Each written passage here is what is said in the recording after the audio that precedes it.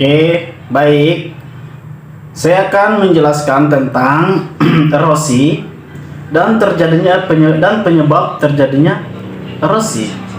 Bahwa erosi juga disebut sebagai pengikisan atau kelongsoran, yaitu suatu proses peristiwa hilangnya atau terkikisnya lapisan tanah atau lapisan permukaan tanah yang bergeser atau berpindah tempat ke tempat lain. Itu yang disebabkan oleh pergerakan air, angin, es, atau gravitasi yang berlangsung secara alamiah ataupun sebagai akibat dari tindakan atau perbuatan manusia. Erosi juga bisa terjadi akibat interaksi antara faktor iklim, topografi, tanah, vegetasi, dan manusia.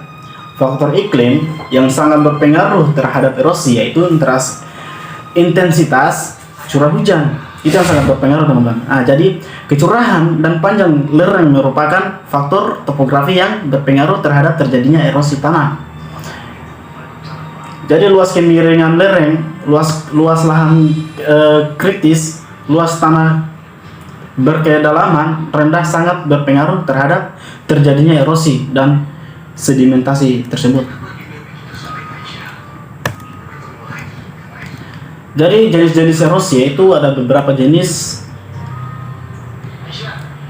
yaitu salah satunya erosi percikan, erosi kulit, erosi alur, erosi parit, erosi tebing sungai, erosi internal sungai, dan erosi longsor. Kita masuk pada erosi percikan. Yang dimaksud dari erosi percikan yaitu proses terkelupasnya partikel-partikel tanah bagian atas oleh tenaga kinetik air, hujan, bebas atau sebagai air lolos.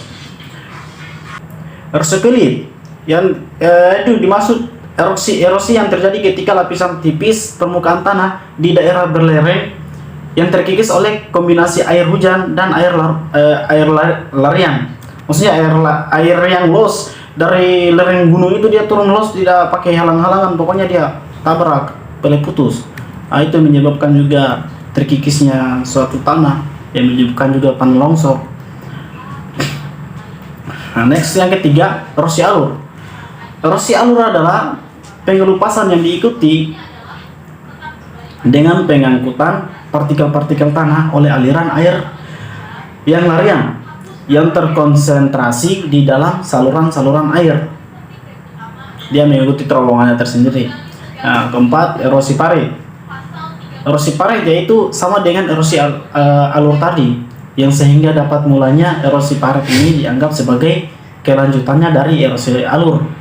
Proses terjadinya juga erosi parit dikarenakan awal mulanya atau tanaman penutupnya jarang akibat dari pembakaran atau perumputan. Kurangnya pepohonan di daerah tersebut, jadi gampang terjadi erosi parit.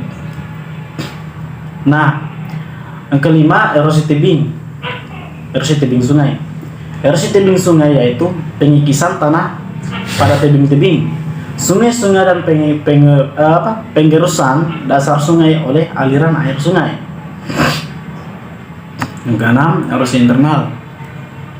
Erosi internal yaitu proses terangkutnya partikel-partikel tanah ke bawah masuk celah-celah atau pori-pori akibat adanya aliran bawah permukaan. Dan akibatnya erosi ini tanah menjadi kedap air dan udara sehingga menurunkan kapasitas infiltrasi dan meningkatkan aliran permukaan atau erosi alur.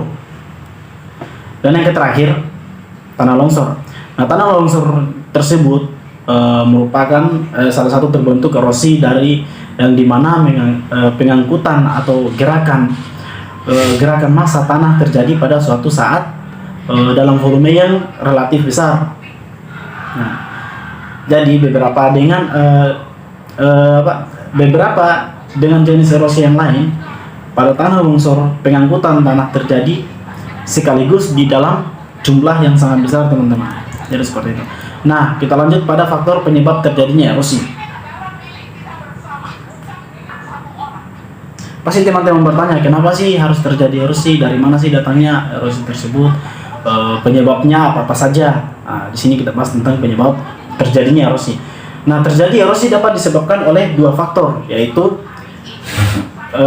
faktor alam dan faktor non alam. Nah, faktor alam adalah faktor yang sudah ada di alam seperti iklim, kemiringan, dan panjang lereng. Sifat fisik tanah, tersedianya vegetasi penutup tanah. Nah, sedangkan faktor non alam yaitu faktor yang disebabkan oleh adanya campuran tangan manusia, seperti penebangan pohon secara liar yang mengakibatkan gampangnya terjadi tanah longsor, banjir. Nah, seperti teman-teman. Nah, sini bagian-bagian faktor penyebab terjadinya erosi, yaitu satu, faktor iklim, kedua, topografi, ketiga, vegetasi, keempat, tanah, kelima, manusia. Ya, manusia yang terakhir. Masuk pada faktor iklim. Intensitas hujan yang cukup tinggi akan menimbulkan erosi. Nah, tetesan butiran-butiran hujan yang jatuh ke atas tanah itu mengakibatkan pecahnya agregat-agregat tanah yang diakibatkan oleh tetesan butiran hujan yang memiliki energi kinetik yang cukup besar, teman-teman. Jadi jumlah hujan yang besar tidak selalu menyebabkan erosi berat. Jika intensitasnya rendah dan sebaliknya hujan berat dalam waktu singkat dapat menyebabkan sedikit erosi karena jumlah hujan hanya sedikit.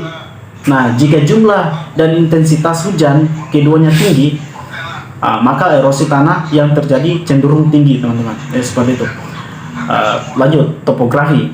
Unsur topografi yang mempengaruhi erosi yaitu kemiringan lereng dan panjang lereng.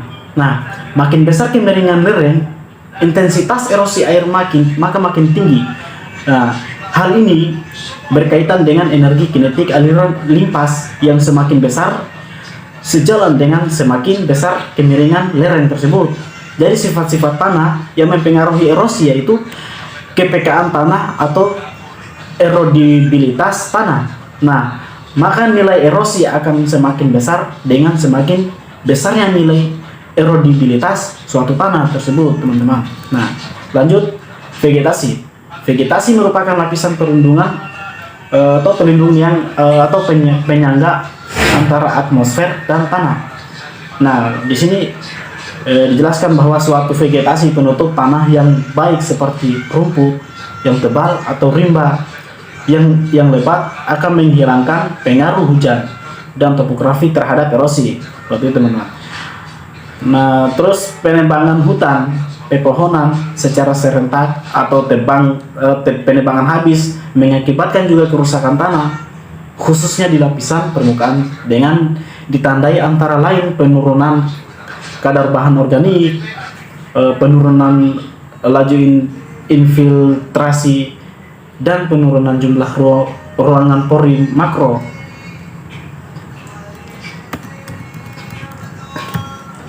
Oke, next, teman-teman. Selanjutnya, tanah.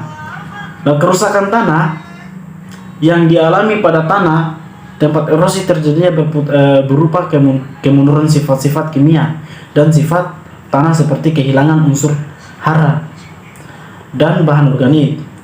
Jadi, untuk meningkatkan kepadatan serta ketahanan penetrasi tanah, yaitu menurunnya kapasitas infiltrasi tanah serta kemampuan tanah menahan air. Jadi dia semakin melemah ketika kekurangan unsur hara, teman-teman. Terakhir, ulah manusia. Jadi kegiatan yang berkaitan dengan perubahan faktor-faktor yang berpengaruh terhadap erosi, yaitu ulah manusia. Ya, misalnya perubahan penutupan tanah akibat pengundulan atau pembebatan hutan untuk pemukiman, lahan pertanian, atau gembalaan ya.